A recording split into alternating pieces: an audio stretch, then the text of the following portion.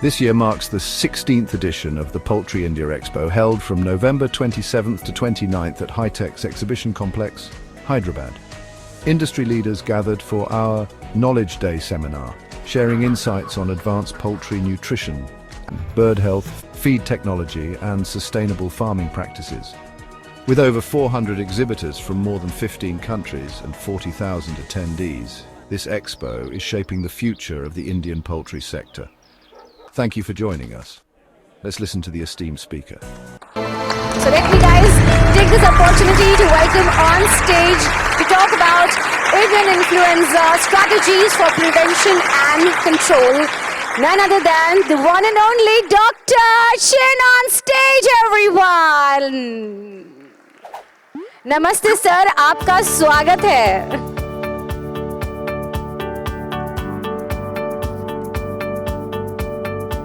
Dr. Chin Hao Cheong is a seasoned veterinary professional with over 4 decades of experience driving innovation in animal health and livestock management. After graduating from Bombay Veterinary College in 1973, he pursued advanced training in animal nutrition and pathology across the USA, UK, and the Netherlands. He began his career as a zoo veterinarian at Malaysia's Zoo Negara before joining Eli Lilly Elanco, where he developed products for the poultry and swine sectors.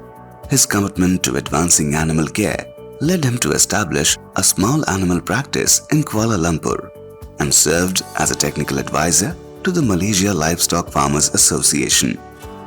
He later moved to Sri Lanka, where he played a key role in modernizing poultry and feed operations as general manager for Ceylon Grain Elevators. As the Senior Executive VP Technical at Japfa International, he oversaw agribusiness operations across India, Sri Lanka, Myanmar, and Vietnam. After retiring in 2012, Chin continues to contribute to the industry through his consultancy, advising international companies and farmers across Asia. Chin Hao Cheong's career reflects his dedication to advancing sustainable animal health practices and his enduring impact on the industry. Ladies and gentlemen, please extend a warm welcome to Dr. Chin Hao Cheong. Sir, over to you. Namaskar. Good morning, everyone. It's a pleasure to be here today. Thanks the committee for giving a tough subject. I think today avian influenza is one of the biggest problems we are facing. I try to share with you some of my view and experience on the disease. Okay, you can see my name there, my email address. I put very interesting Malaysia, India, Singapore. I'm a Malaysian, educated in India. I did my BVSC from Bombay Veterinary College, and I'm staying in Singapore now, operating within the region. Okay, the topic I'm trying to cover is a big subject. I'm trying to cover it within the half an hour's time. Basically, just give a brief introduction. We need to know the virus biology a little bit, not too much. I think the forum is for the farmers and the veterinarians. And then the transmission is important. Yeah, the epidemiology of the viruses, how to control them subsequently is more important. And we need to know a little bit of human, what is the impact to human diseases. And I will give the final take-home message. I think if you look at this chart, as I work within the region, you can see that the top 5 common diseases among the country. And it is not surprised to see that the avian influenza is top on the list. Either be it the low path or high path, which I will explain a bit later. That is what I collected from when I work within the region and interacting with other veterinarians. If you look at the chart today, this is not very new, but nevertheless, you can see the situation of this virus, avian influenza. It is spreading around the world. Unfortunately, if you look at the graph here, the picture here, the Europe and America for the last 2 years have been very extensive. It is very devastating. I think for many of us operating breeder, you can realize that the animal movement, the breeding stock restriction from those European countries or America have been very tough for the last 2 years. Well, we talk a little about virus biology. I will not go very detailed, but we need to know the basic. If you look at the picture here, the influenza virus here, basically what I want you to recognize are these two, H and N. And these are basic, the virus glycoprotein that defines the subtype. There are many combinations here. I can see they affect all the human beings and animals. But for avian influenza, you will understand the H subtype glycoproteins consist of almost, I think, up to now, of course, initially it was 16, now up to 18. And then the neuraminidase, that glycoprotein is about up to 9. So when you look at this combination of these two on the surface protein, the virus is possible to form about almost 144 subtypes. You can see there's a big diversity of the virus if they intend to really spread and mutate over time. And why these two are so important? I think this surface glycoprotein is the one for the virus to attach to the host and get entry into the host cells and causes a pathology. Well, if we talk about avian influenza, I think everybody is very familiar with the terms HPAI, LPAI. What it means basically is a low path or high path. These are the pathobiology of the avian influenza. Sorry. Now, if you look at the chart on the right side, you will see that what are the common influenza that are affecting the mammals and human beings. What we are looking more towards is the H5, they're affecting poultry, very severe. And the H9 also subsequently also classified causes of economic loss to poultry farmer. And of course, other food animals like swine also got affected, not that severe. More importantly is the human. Yeah, if any of these animals got infected, go inhabit with the human, there's always a chances for the virus that move around and affecting human too. Now, what do you mean by low path and high path? I think basically there are two very basic points. Obviously, high path, they kill all the animals very quickly in short terms. And this is one of the notifiable disease. I think in OIE, if you report World Health, you need to report. Whereas the low path, it is obviously less severe at infecting the animal. There's a chances the animal can recover. Okay, but obviously there's already causes severe impact of the economic losses. But if you really look at how it costs, many people keep asking, what is the difference? Why low path, high path?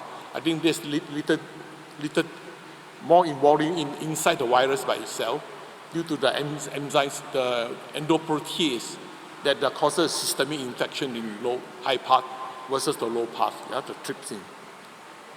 Don't worry about them so much. We'll talk more a little bit on it, general term. Now, this is the update on Asian HPI. If you look at the chart here, very clearly shown that all the Asian countries are affected. It was reported that this is record from 2002 to 2024. You can see almost all the countries are reporting. It is not absolute because many countries are under-reporting or maybe they can't even diagnose or they will not report to the OIE. So you can see some of the area are having green patches here. However, you will realize China lately, Australia, even Australia, which is quite isolated in the early days, are also exposed to influenza virus since 2024. Now, overall, there are more than 77 countries is already reporting avian influenza, and which is belong to the H5N1 clade. Yeah, this is a current 2.4, 2.3, 2.3.4.4b subtype. Okay, for LPI, which is a concern within our Asia region, which is quite common, surprisingly, and you can see here, I think the Indian continent, China, even Russia, even up to Malaysia also we are having that. Yeah, you can see the lineage are basically for our Indian continent are here. Yeah, belong to this group. Yeah, the G1 type, which is group B, which is more common here. It does not cause very acute mortality, but there's a severe economic loss. Little bit on transmission and epidemiology, we need to understand very clearly.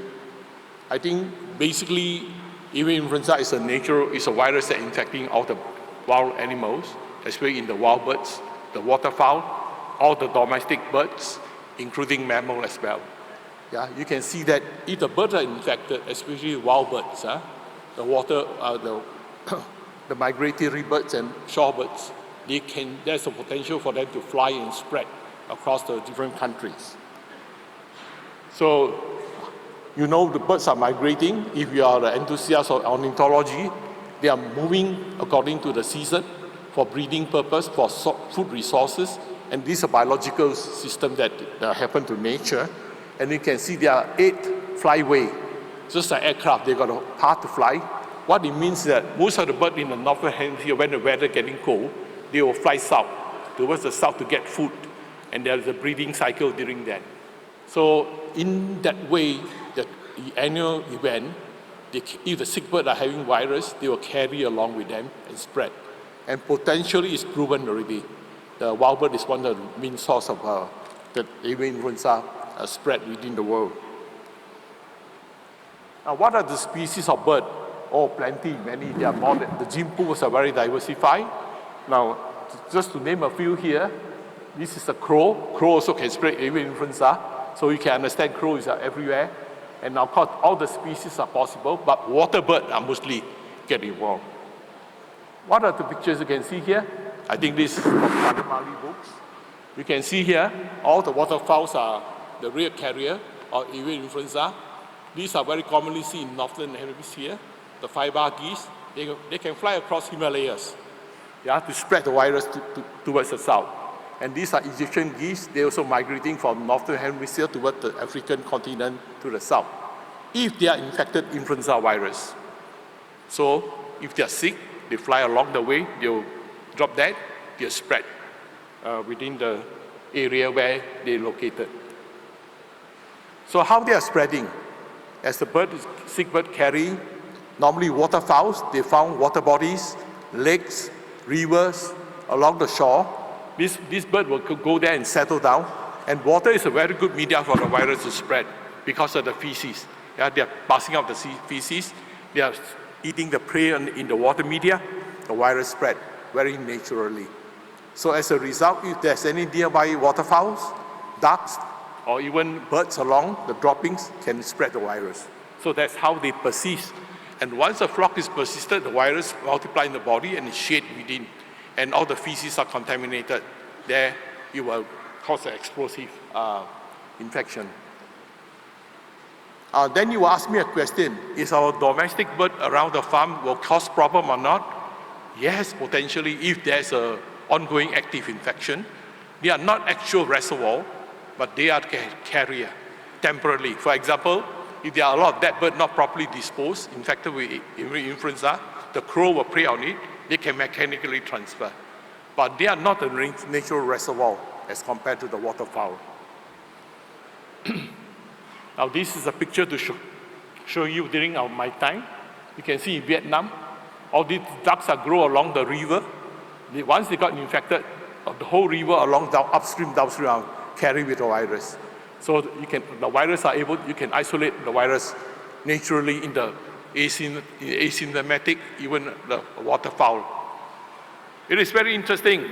If you are in Canada, every winter or summer, you collect from the lake, take swab, you can isolate many types of avian influenza. They are not pathogenic, but they are there. So the combination of the viruses are present around the environment. What is so important then, the waterfowl? As mentioned to you earlier, the waterfowl will migrate. This is a picture to show the earlier explosive time in the 2003 up to 2006, how the virus has spread in Asia. It was reported in China, exploded up through Hong Kong, and then throughout Asia. They undergo these different stages, the different clade of the virus. You can see these 3 stars here. Either it's fortunate or unfortunate. This is the period where I got exposed. I was working with Zalfa then. We have operations in Vietnam, in Myanmar, in Indonesia. That was a time at the height of the explosion. So we have a lot of bad experience. We also learned a lot of lessons out of this virus damage to our flocks. But what is really alarming us today, I think all of you have read the newspaper and media as lately, the virus are really going very rampant, as shown in this graph here. You can see from the source here, it spread through from Europe, come to America, travel North America to South America. This is a devastating damage to the viruses, to the poultry industries. Now you can see here how it goes then. It started from the northern, it started in from the Central Asia. The virus spread through the migratory path. Then it go to the North America. Yeah, from there it travels southward from East Coast and West Coast towards the Caribbean and towards South America. So all along the way, the virus are carried on throughout the way, the clade 2.3.4, yeah, B. And then from there, it travel upwards. Even Brazil, southern part of Brazil also got infected, which is quite surprising then. So that is the situation today we are facing. It's very alarming. Then you can look at it, how come Asia, we are not so much responsive on that with these viruses?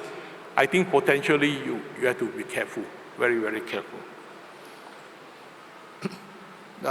Interesting development in US, as a result of the early infection to North America, the virus has spilled over to cattle. It's a big problem now. Yeah, many dairy herds are infected. And how come? It came from the bird, the contact of bird. And then it is a problem in the US industry now. But luckily, if you drink raw milk, chances of getting the influenza virus. But most of the milk are pasteurized, so the chances are unlikely unless through the milk transport vehicle, etc. So it is a thing need to be watched in the cattle, a bit unusual. Then the worst thing happened also not only to domestic animal. The virus travel, as you see, look at the chart here, towards the southern part of South America, towards the Antarctica, along the coast. They also affecting wild mammals. The marine mammals, the sea elephant, these are reported papers, wild waterfowl, yeah, in Peru, Uruguay, down south, even to the Argentina. So not only affecting domestic animal, there's a wildlife peril also due to the influenza virus. It causes death in elephant seal. Now you can see the picture here very clearly. They're all lying dead along the shore. It is potentially can spread to mammals. We have read many reports about infecting domestic cats, tigers, lions, zoo animal. Yeah, potentially influenza virus is very wide range of hosts then. How to do a pathology and diagnostic? I will share some picture with you where actually we have taken. Yeah, of course, influenza virus, HP, high path viruses cause high mortality. No chance. Once a bird got exposed to the flock, you can see within a week, the peril. The mortality very quick. Within a week, all the flock are 100% devastated. Yeah, the typical signs are nervous sign.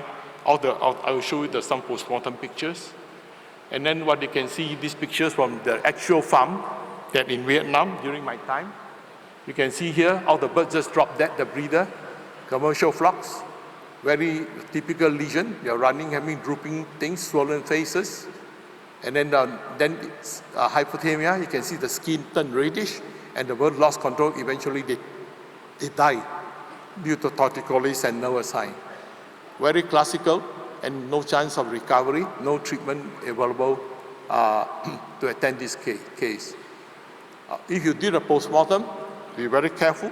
The whole bodies are all hemorrhagic sign.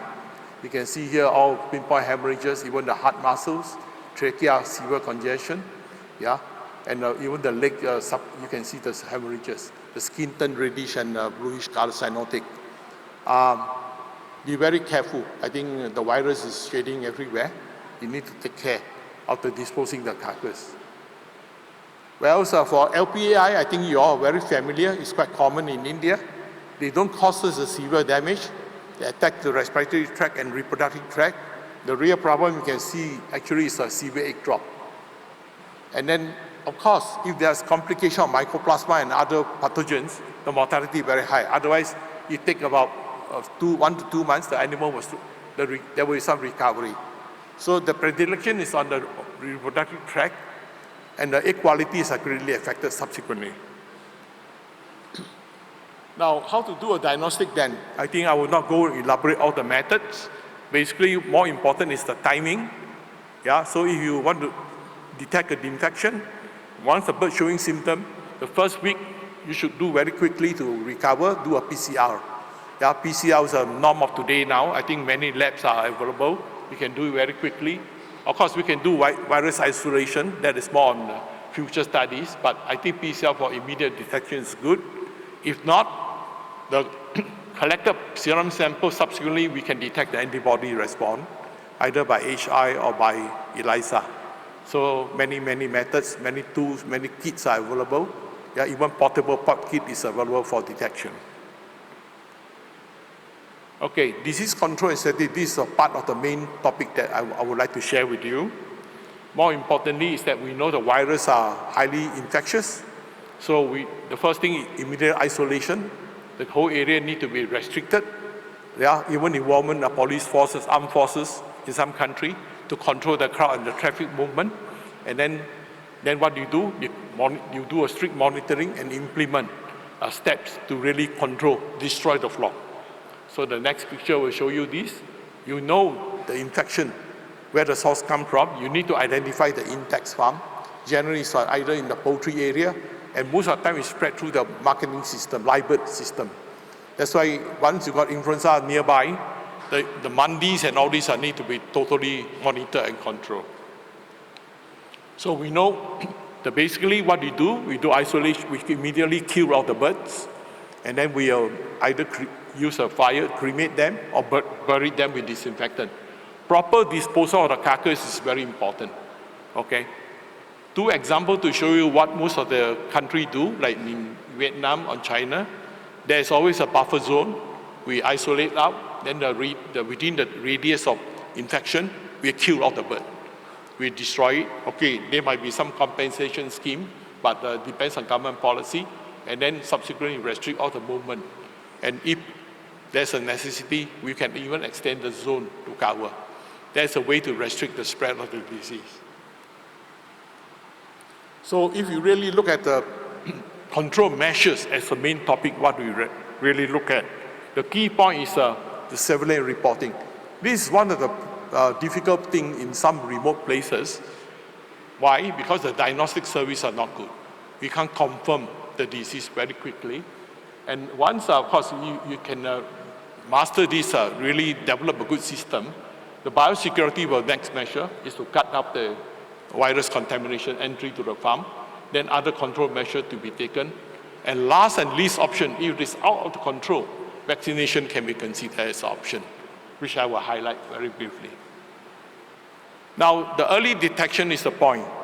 So government need to set up a lot of stations to collect sample quickly. I think for routine monitoring is very important, but most of the time during certain outbreak, the field veterinarian play a key role to really sample take sample for submission and do a quick test, PCR, to confirm that. I think the other thing is very essential is the education of the farmer. What you need to really do, alarm the industries. The problem with Asian country, I realize that once there's an outbreak, the farmer or the people in the community getting worried, they will not tell people. I think they hide it, or they just keep it as a secret. Then the virus spread within control. That is making it more complicated subsequently.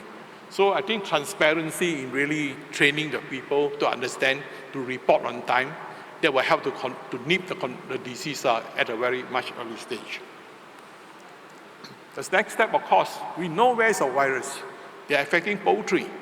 So we need to focus on which are the areas we see the live bird there, either in the live bird market, or is there any waterfowl on any water bodies around, any duck farm. These are the primary areas that we need to pay more attention, to focus on them. These are some pictures you can see here. These are Vietnamese market. They got duck, they got chicken everywhere there. Okay, this is a small farm in Myanmar. On the raised floor broiler house, downstairs they keep the ducks. They will eat all the dropping and the wasted feed downstairs. So the duck and the chicken are going together very closely. And these are the fighting cocks, green fowl. Thailand, in Bangkok, they like to keep this bird. They're high value bird. for fighting. So this can be a potential source also of the virus as well. So this is one of the duck farm next to one of the breeder farm. Even they build the wall, the duck is outside in the paddy field. So you can see the virus be very cautious. So once we have a farm, we should be fully aware what is the neighbors. We should monitor throughout the year. Yeah, we can never tell when the thing can come to our nearby our farm. Now, the concern really is a virus shading. Many study, many people talk about it, but this recent paper just published, very interesting, about virus shading. You can see here LPAI, HPAI. Actually, in fact, in US, when they got a farm that are infected with avian influenza, what they do, instead of course they depopulate, but they don't move the lethal material inside the house. They seal the whole house, keep it there for about a week or 14 days. The temperature of the litter itself will deactivate the virus. Yeah, so that's why if you look generally in pattern, it's not absolute, that most of the avian influenza happening to Asia region are towards a cooler period, towards winter, where the water, environmental water temperature milder, the feces can survive longer. That's why the virus can be more sustainable in the environment. So temperature, high temperature can help to deactivate the virus. How about the disinfectant? Yes, generally most of the disinfectant can be used. For example, chlorine, Lysol, even the peroxygen. Yeah, depends on the concentration. You can use a different dilution, but please use a proper dilution. If you don't do a proper dilution, there is a possibility of a virus residue there in the PCR. So in later detection, you find you will get a false positive because of the residue virus that is inactivated, but yet maintained in the environment. How about biofilms? I think we don't pay much attention to biofilm. Just now, when you look at the report of shading, it's a laboratory test. So they very clear, they put the virus in challenge. But in the nature environment, the shading is different. They are protected by the mucus, stay in the environment for a long period of time. So biofilm formation is the one that we need to pay attention. Not only for influenza virus, for any pathogen, mycoplasma, E. coli, etc., etc. So we need to take care of biofilm. And then we need to put extra effort to use surfactant, disinfectant to really clean up the house, yeah, to get rid of the influenza virus as well. Okay, the latest concept, I think, to reduce virus shading, can it be done on the live bird? I saw in Malaysia and Philippines, very interesting. During the outbreak in LPAI, the farmer is trying to spray disinfectant on the bird. They think that they can cut down the virus. It can to reduce it, but they were not able to eliminate them. So to really consider as a preventive medicine, I think it's possible. We can do a fogging. We can use a fogger. I think most of the houses in India, they have fogger. You can put disinfectant, select a proper disinfectant, the dilution, and when there's an outbreak surrounding the farm, we can do a fogging that will try to reduce the virus shading and contamination. In some places, they even fog the cooling pad with disinfectant. That's one other way you can do that. But be very careful on using disinfectant. They can be toxic if you are doing the wrong concentration.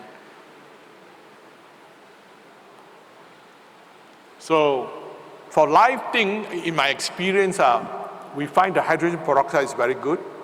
Yeah, especially stabilized hydrogen peroxide. You can fog it in the live animal within the farm. This is not a new thing. Actually, for earlier, there were many papers published on hydrogen peroxide. But what we really learned a lot is during COVID period. Actually, in COVID period, a lot of building, human habitats, hospital, they are actually aerosol with hydrogen peroxide, the stabilized hydrogen peroxide. And they are very effective to control the COVID virus as well. So that concept has been applied in some area of my customers where they got outbreak. We try to use hydrogen peroxide rather than use other disinfectant. We are worried about other toxic effect of the disinfectant. So these are the fogging method. Depends on the aerosol. One concern is that, if the bird is sick already, we aerosol them, the humidity will kill the bird. Yes, you have to be careful. Yeah, the aerosol particle, the condition of the bird, at what time you need to do that. And for external, no problem. You can use a fogging like this, dry fogger. This is quite effective on the surrounding. Yeah, in the farm, in the processing plant, anywhere, you can do that. So if we have done this, biosecurity, we do management, if we have good practices, cleaning and disinfectant, it's a choice of vaccination. It's a big subject, very controversial. There are two schools of thought. One is saying, why not we vaccinate? One say, no, we have to be very careful. Vaccine is not that simple, yeah, and might not be so effective. I quite agree with both of them, but I think as a farmer, we need to do something. So based on our farm situation, alarm coming, okay. So what are the vaccines you can do? I think you have to select carefully. You have to make sure that once you vaccinate, the farm is no more sterile. I think the status of the country, of the poultry status of influenza status are very different. You need to consider. There are many considerations for vaccine. It's not a platform to talk about. I will go through quickly. And basically, these are the countries that's already approved for vaccination. You can see here for LPI, India also, we are now recently approved, which is a good thing to prevent that. And for what type of vaccine? Generally, whole virus kill vaccine. There are new vaccines like reverse genetics and recombinant vaccine. All are very effective. But one very important to use vaccine, you need to evaluate, monitor all the time. And now also you need to know, you have method to differentiate between vaccinated and non-vaccinated. Because once the farm is vaccinated, you don't know whether they are exposed or not. So you need to do a differentiation. The DIVA method is available. This one chart to show you, the Q1, we monitor the H9 title in one of the layer farms.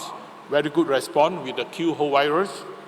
You can apply also the so-called the inactive baculovirus recombinant vaccine, which is available commercially. You can also use HPT, pox also vaccine.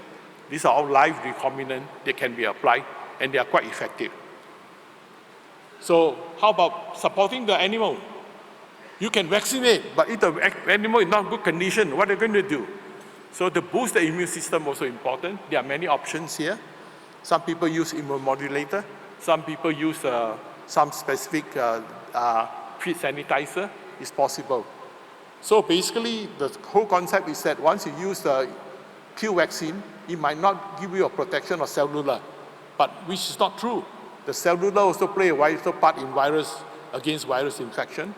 So I think to boost those immune system are very important by using organic mineral. And here's one of the examples for you to consider. We are very lucky. We also lately, there are new products that's available to attack the virus. These are being enveloped virus. So the lesson learned from African swine fever and the Newcastle viruses, I think the mid-chain fatty acid is one of the valuable things to be considered. Add in the feed as a prevention, okay? And they are expensive, they are not cheap. So the virus, basically the virus ruptures, the mid-chain fatty rupture the virus membrane. I think naturally we also got good products. Coconut oil, lauric acid is one of the very good mid-chain fatty acids that have antiviral properties. Okay, so in really prevention, influenza virus vaccination, these are very simple basic guidelines to show you what are the methods you can consider, depends on the industries. Okay, I'm finishing. The human infection, I will not go into detail. There are actually 3 types. What is I really want to talk more is America. It's widespread in America, which is a concern worldwide. And then you can see that the virus can spread even H9, H5. And then now they also found out migratory path where human habitat can also carry the virus, another big challenge for us. So nevertheless, there's treatment for human at the moment. Drug resistance can be a challenge in the future. So my end of the presentation, basically, we need to do biosecurity. All these steps have to go hand in hand together to prevent the infection. How about the housing? Well, high density houses, you can see like this, dangerous. We need to really look for more isolation, more separate flock replacement. What about reservoir? You can't control wild bird. Wildlife enthusiasts protect the bird. These are very nice booby, lately also detected, bluefoot booby. Yeah? How is the combination? Plenty of species they can carry. So it's a big challenge for us. Please don't shoot waterfowl. They are good animals. Okay. So this is a problem in US now. I want to alarm this lately. Canadian case that show the human transmission is there. And US, we are watching US, how they're going to control. They have not taken vaccination program as yet. I think they are still deciding. So my take-home message today for all of you, we cannot avoid avian influenza. The wildfowl is there, the reservoir is there. What we can do actually basically is to do surveillance detection. Don't wait until there is suspect disease check. You have to check throughout the year. Monitor the flock within your farm. Okay? Second thing, security, biosecurity. I think all of you are taking good care. Pay more attention on air quality and ventilation. Vaccination strategy as an option. Last option, maybe within a period of time, if there is out of control. And then the public sector cooperation. I think I saw this platform is very good. All the people in the industry come together. That's the only way that we can promote and really promote to protect disease, improve the performance and profitability. And transparency is important. There's nothing to be ashamed if you're not feeling well. Just share with friends and then they will guide you accordingly. And I think we need global support. We can't fight the battle alone. We are living with our neighbors. Nepal is one of our collaborators. Yeah, I think that is important as well. So I'm closing out my presentation. I would encourage, since today is an education platform, these two books, I think everybody try to get it and study. One on the diagnostic, one on the overall influenza. So thank you so much for your attention. Oscar, Kaniwa.